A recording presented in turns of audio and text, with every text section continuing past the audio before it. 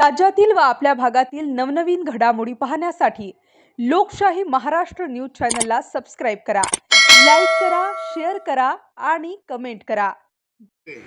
राहणार कटपळ येथे माझे गट नंबर 185 मध्ये शेतजमीन आहे. त्या जमिनीमध्ये साठवण तलावाचं काम चालू आहे.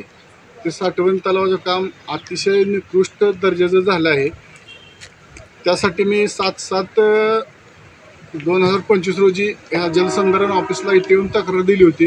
पण आज जवळपास 13 तारीख आहे. 7 ते 8 दिवस झाले कोणीही येऊन कामाची चौकशी केली नाही. कामाच्या पाण्याची पाझरण क्षमता जास्त आहे. पाणी ज्या शासनानं ज्या हेतूसाठी तलावाची निर्मिती केली किंवा बांधण्यासाठी अंदाजपत्रक दराप्रमाणे पैसे दिलेत असं काम झालं नाही आणि तळ्यात पाणी साठत नाही. जुन्या तलावाचं मटेरियल सगळं उचलून तिथं टाकले.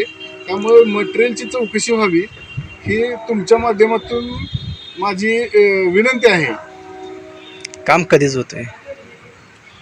काम आता चालूच आहे. सध्या एक 8 दिवसापूर्वी मी बंद करायला सांगितले, बंद ठेवले. कामाची स्थिती काय, बंद आहे का निम्म झालंय? कामाची स्थिती आता भराव्याची स्थिती पूर्णत्वाला आली. 90% भरावा पूर्ण झालाय मातीचा. सुरुवातीला तुम्ही का अडवणूक का केली नाही? सुरुवातीपासून ते तिथं कोण येतच नाही. कुठल्या बड्या कंपनीला काम दिले असं सांगतात आणि ओरशेर आणि ते कुठे सब कॉन्ट्रॅक्टर येतात आणि ती कुठली कंपनी काही माहिती नाही आणि जबाबदारी व्यक्ती तिथं काम आतापर्यंत कोण आलेच नाही. अधिकाऱ्यांशी काय बोलणं झालं याबद्दल? अधिकारी तर आमचं असं मत आहे की ते अधिकारी स्वतः काम करतात. त्यामुळे अधिकाऱ्यांचं तर काय हे नाही. अधिकारी सांगतात हे काम बरोबर आहे, असंच काम असतं. आणि तुम्ही स्वतः येऊन बघितलं तर खाली पाझर एवढा आहे आणि तिथं जुना तलाव होता 1990 साली पाझर तलाव. त्या पाझर तलावाचं मटेरियल सगळं काढलं, बाजूला ठेवलं आणि तेच मटेरियल माती तेवढी बाहेरून आणली त्यांनी आणि तेच मुरुम मात्र टोटल तोच मुरुम वापरला आहे.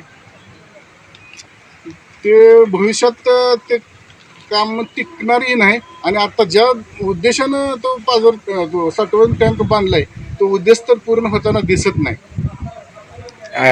या पत्रकाराच्या माध्यमातून तुम्ही